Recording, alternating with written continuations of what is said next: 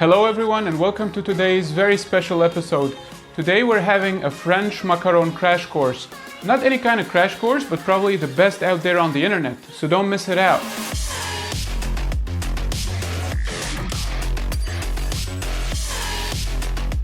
My story with macarons started around 4 years ago when I was invited to a business dinner in a fancy restaurant. My business partner at the time, who was obviously in love with them, got so excited when he found them on the menu and he decided to order it for everyone. Everyone seemed to enjoy it at the dinner table except for me, as I found it extremely sweet, a bit too dry, and it had this artificial marzipan aftertaste. I had to drink a lot of water to get rid of the taste, and I thought that I would never order that anytime soon. So that remained the case until last year, when I got together with this friend of mine with whom I shared my taste in food for about 90% of the time. When she said she craved French macarons like the ones she tried in Paris once, I found it a bit strange because I never thought that she would like such a dessert. When I shared my bad experience with her, she said most probably the ones I tried were bad ones, and she insisted that we try some good ones together. Since I was really into baking at that period, I took it as a personal challenge, and I was really curious, and I went on the internet and I found that a lot of people complain about how hard it is to make macarons at home. So I spent 2 weeks learning everything from A to Z about macarons, and I made my first batch and I took it to my friend and it was fantastic. Since then I made tens of macaron batches and I kept getting better and better at them. So today I'm going to share with you all the tips and tricks that will make you get the perfect batch from the first time. So French macarons in the current form we know today started in France in the 1930s. We don't know exactly who invented it, but it's either the famous confectioner Ladurée or the baker Gervais, as both claim to have invented it. Even though macarons are thought of as a contemporary dessert, but the history of macaron goes even before the Queen of France, Catherine de' Medici. The Queen of France, Catherine de' Medici, got introduced to macarons by her Italian chefs. Now that takes us even before Catherine de' Medici to the 12th century Sicily. When the Arabs occupied Sicily and established their Islamic emirate over there, they had brought with them a lot of desserts from Persia. Those Persian sweets were famous for being nut-based and filled with almond cream. Some of those desserts have morphed into other sweets, like marzipan for example, which comes from the Arabic word martaban, which means jar, probably the jar they used to store them in.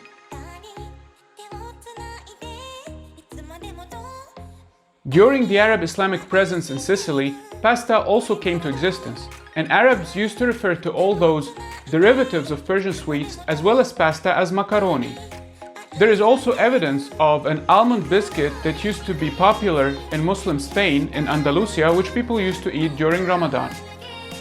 The amazing thing about macarons, which makes them one of my favorite sweets, is that there's an infinity of possibilities when it comes to making the filling or the shells. So you can be really creative with them, you can even color them and paint on them, and that's what makes it a great gift as well. Also, you don't have to have this mad rush about how fresh it can be, because you can keep it for a few days before presenting it to someone. It even tastes better when it matures in the fridge for a couple of days. So the macarons we're making today will be pistachio Nutella macarons, as the shells will have pistachio in its composition and the filling will be a kind of Nutella buttercream. The primary and main ingredient in French macarons is the almond flour, so make sure you buy good quality one. I have a favorite shop here in Budapest, Hungary for confectionery and bakery supplies and tools. I get all my things from there and it never failed me.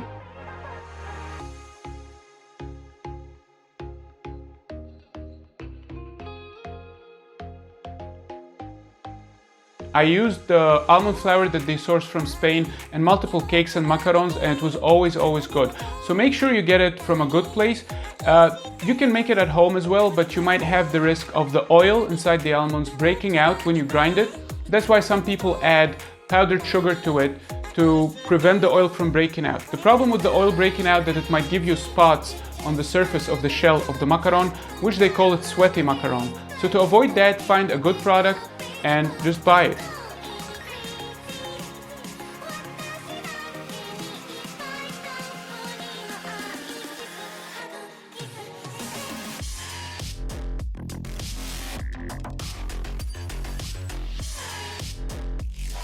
The stages of making macaron are 5. The first is sifting the powdered sugar and the almond flour. You have to do that at least a couple of times because the whole idea is that we need to get the finest grains of the powdered sugar and the almond flour. Any big pieces will risk our macarons to have cracks on the surface or to break during the baking period. The second step is creating the meringue. The meringue is a mixture of granulated sugar and egg whites. The tricky part about that is separating the egg yolks from the egg whites successfully, because any leakage from the egg yolks will bring fat to the egg whites, which would destroy the meringue and eventually destroy your macarons altogether. So be very careful while separating the egg whites from the egg yolks. A very good tip that I learned from someone is that if you leave the eggs in the fridge for a couple of hours, it's going to be way easier to separate the whites from the yolks. The third step is to create the macaronage, and the macaronage simply is a mixture of the sifted powdered sugar and almond flour with the meringue we made. Step number 4 is to pipe the macaronage on a baking tray, and the fifth step is to put it in the oven to bake. After that, it's up to you to decorate it or color it or not, but I'm gonna do that in this video and I'm gonna show you some creative ideas with this. Now we can check the ingredients and the amounts. The first and most important, as we said, is the almond flour. It's very good to get a dry one, a good quality one. The second one is the powdered sugar. This is also very important. Try to get a good quality one that wouldn't make you suffer during sifting it.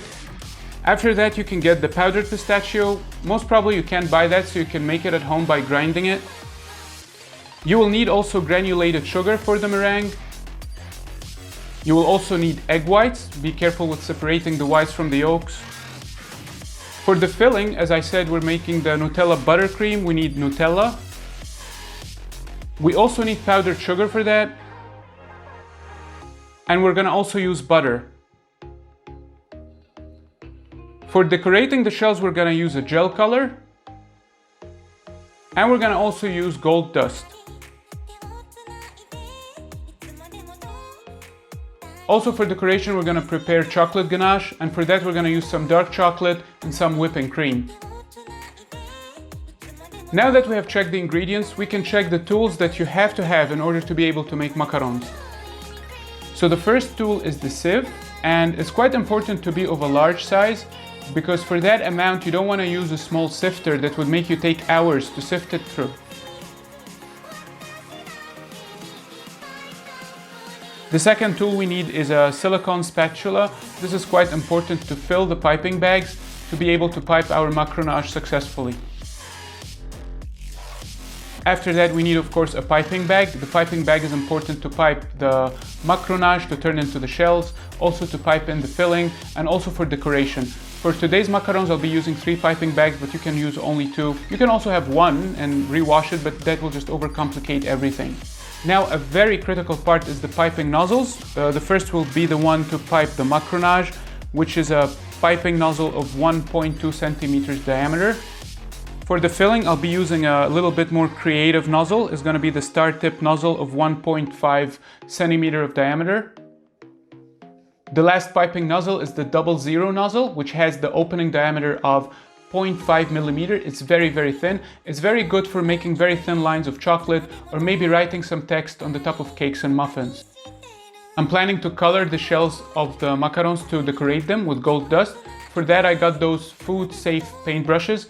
Make sure if you're planning to paint any food to use the food-safe paint brushes, because otherwise some of the hairs of the brush will fall on the top of the food and it will seem like human hair, which is quite disgusting. So just make sure you get the right ones if you're planning to do that.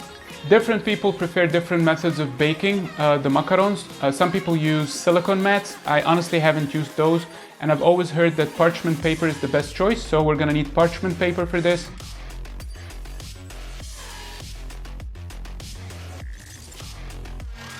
We will most definitely need a kitchen scale with bakery, not to mention French pastry. Like, you have to use that. Every gram counts, so don't improvise. You will need the scale for sure.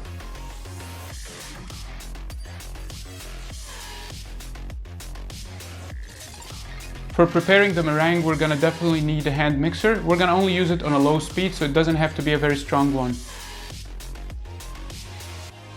And last but not least, we will definitely need a piping guide. Many people use different methods. Some people prefer the silicone mats because they're already shaped in the form of the macaron with the same diameter. But for me, I made one on Photoshop and I printed it out and I put it under the parchment paper. So I got the best of 2 worlds. I got the parchment paper precision for baking, and I also got the form by this guide. You can do that yourself. It's also a better idea because you can print it out to match your tray and oven size. So feel free to try this idea, it really works. So let's get right to the steps. The first step of making the French macarons, and it's the most tedious to be honest, is sifting the powdered sugar and the almond flour, and in our case we're going to be also using pistachio powder. That can take way longer time than you can think, so make sure that you're comfortable and try to use a very good sifter or sieve, because that makes a world of difference. My first batch I used a very small sieve and it took me hours to finish. So the larger the sieve, the better the sifting is. And also make sure that you sift it for a couple of times at least. I personally sift everything for 3 times. The last time is when I actually sift the entire mix on the top of the meringue to create the macaronage.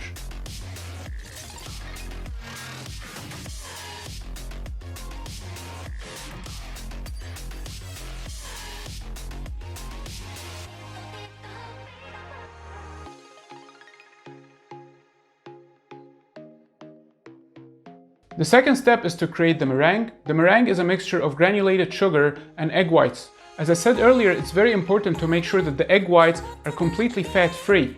And this is by separating them entirely from the yolks.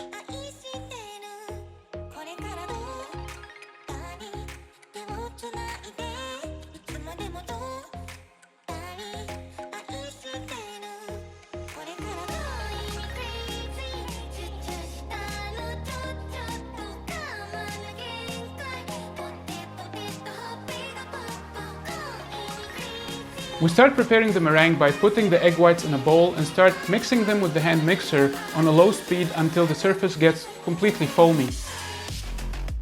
At this point, this is an optional step. To stabilize the mixture, some people add half a teaspoon of salt to it, but this is only optional.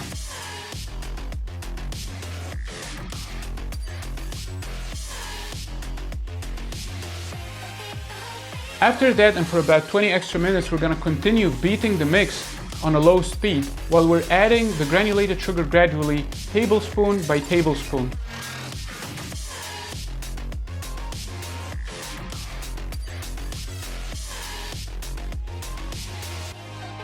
The reason for this gradual adding of the granulated sugar is that if you put the whole amount all together, it would be almost impossible to dissolve it into the egg whites.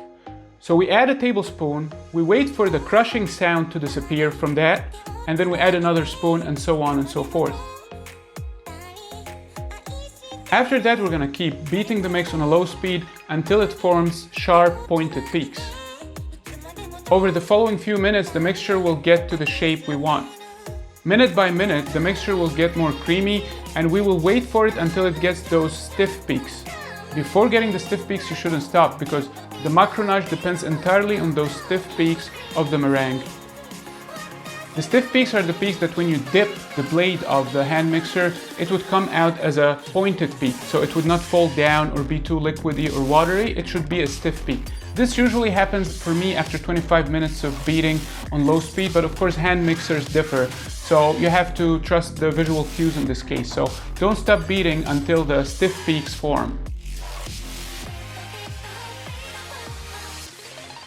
So right before we're done with the meringue, at the last couple of minutes of beating, once we feel that the mix is reaching the desired pointed peaks, we can add the coloring at this stage. Since we're using a pistachio shell, we're using a green coloring to give it a relevant look. We're going to use a very minimal amount of the gel coloring, which is 2 drops. The reason is that it's very powerful, and the reason we use gel coloring and not liquid coloring is that the liquidity of the meringue and the macaronage is so critical that we can't risk it by using a liquidy coloring. Having said that, many people, including myself, created their own colors by using liquid color and starch, but I wouldn't recommend that at the first attempt of making macarons. You have to be a little bit more skillful to do that.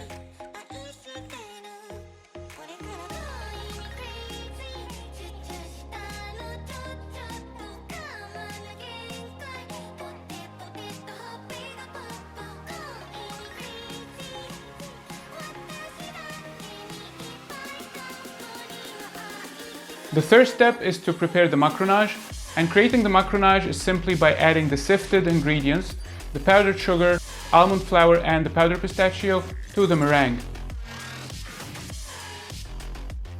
After we add all the sifted powders, to the meringue, we're gonna take the silicone spatula and we're gonna make 60 folds. We're gonna steer it very slowly for 60 times, not more, not less. So this is the perfect number of folds you need to make to reach the perfect consistency of the macaronage.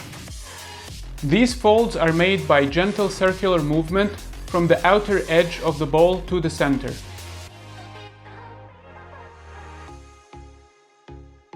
So how can we know that the macaronage is ready? The macaronage is definitely ready when it reaches a certain consistency, which we can test by a visual cue. This can be verified when we can take some of the macaronage with the spatula and draw a figure of 8 with it on the top of the mix. If we fail to reach that complete figure of 8, we should make a few folds and try again until we succeed at it.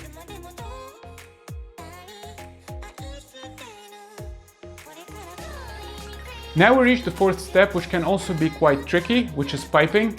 You have to be on a 90 degrees position on the tray. You can't be on a 60 degree or 30 degree or any kind of tilt. You have to have this plan view on the baking tray and pipe quite gently and carefully.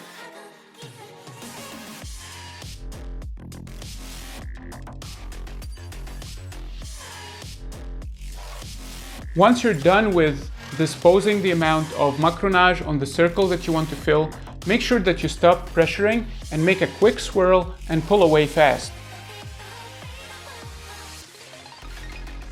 This technique of swirling away guarantees that no splatter would happen around the macaron and ruin your entire baking tray.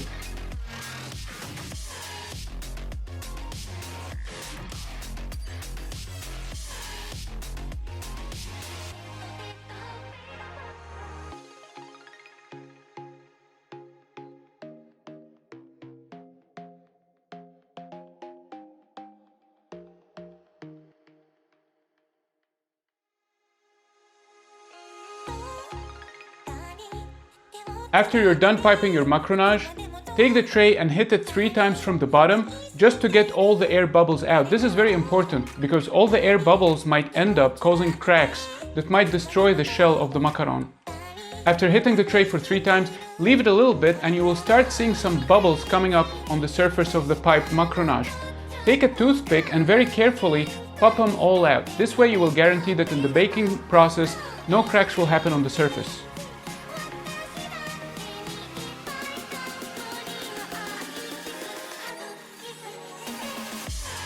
The last and very important step of the piping process, which a lot of people miss out, including me previously, is that you have to let it to rest for 2 hours so it can form some skin.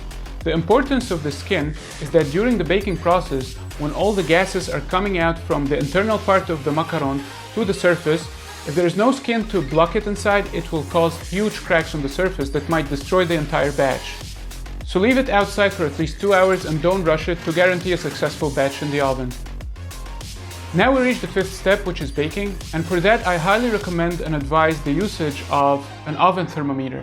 The reason is that we need a very exact and a very specific temperature in the oven, which is 150 degrees.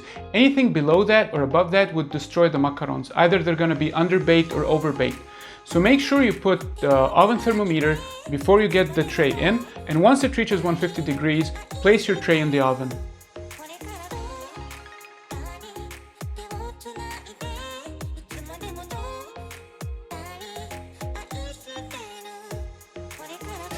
We're going to leave the tray in the oven under 150 degrees Celsius for 18 up to 22 minutes.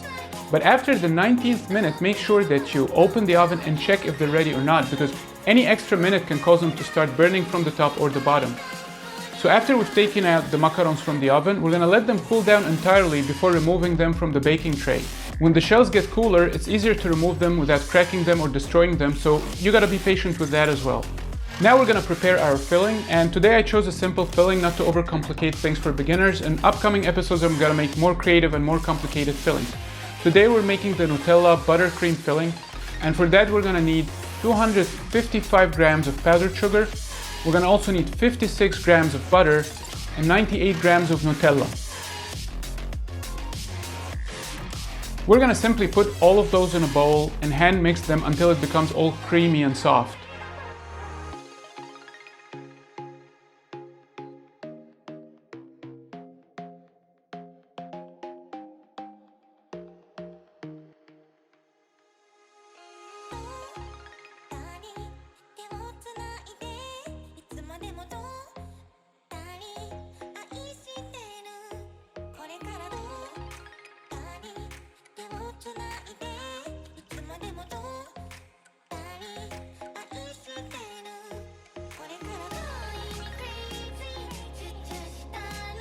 This is gonna be the buttercream that we're gonna pipe inside our shells.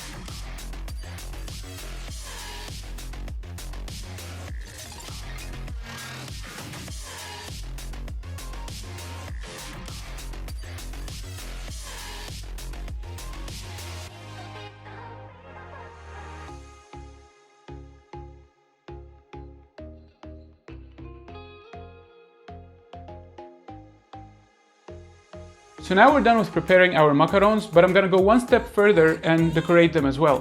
For decorating them, I'm using two techniques. The first is to color them with gold dust, and the second is to pipe very thin lines of chocolate with chocolate ganache that I'm gonna prepare later. For the gold dust, there are many methods of how to apply it in painting food. Some people add vodka or alcohol, any kind of colorless alcohol, but some people can't really have that for religious restrictions, so I'll be using water. When I heard about the water method, it seemed a little bit suspicious, but it worked fine for me.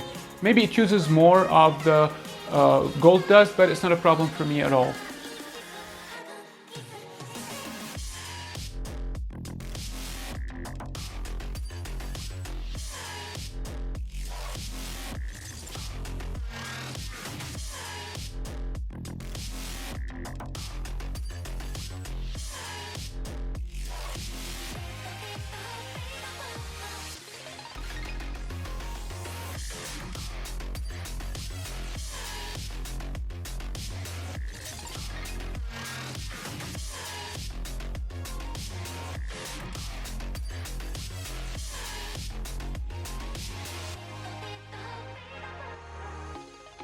As for the chocolate ganache, it couldn't be easier. We're gonna need 60 grams of whipping cream and 70 grams of dark chocolate.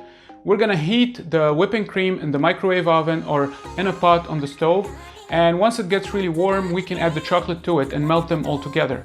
To make it easier for you, you can grate the chocolate beforehand. That will make it dissolve way quicker in the whipping cream.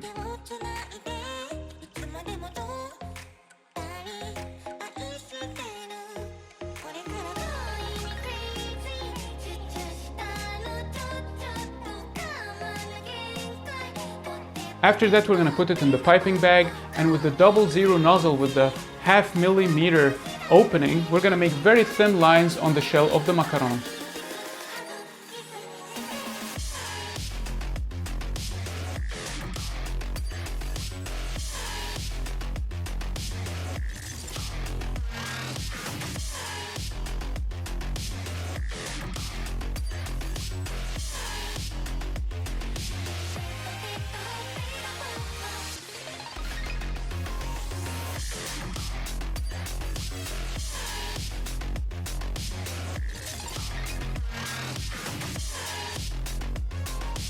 Now we're completely done with our macarons and we can have them right away, but it's highly advised to keep them in the fridge to mature for a couple of days before having them. The idea is that by staying in the fridge to mature, all the flavors will blend together and the filling would infuse a little bit the shells and give a much better, richer taste.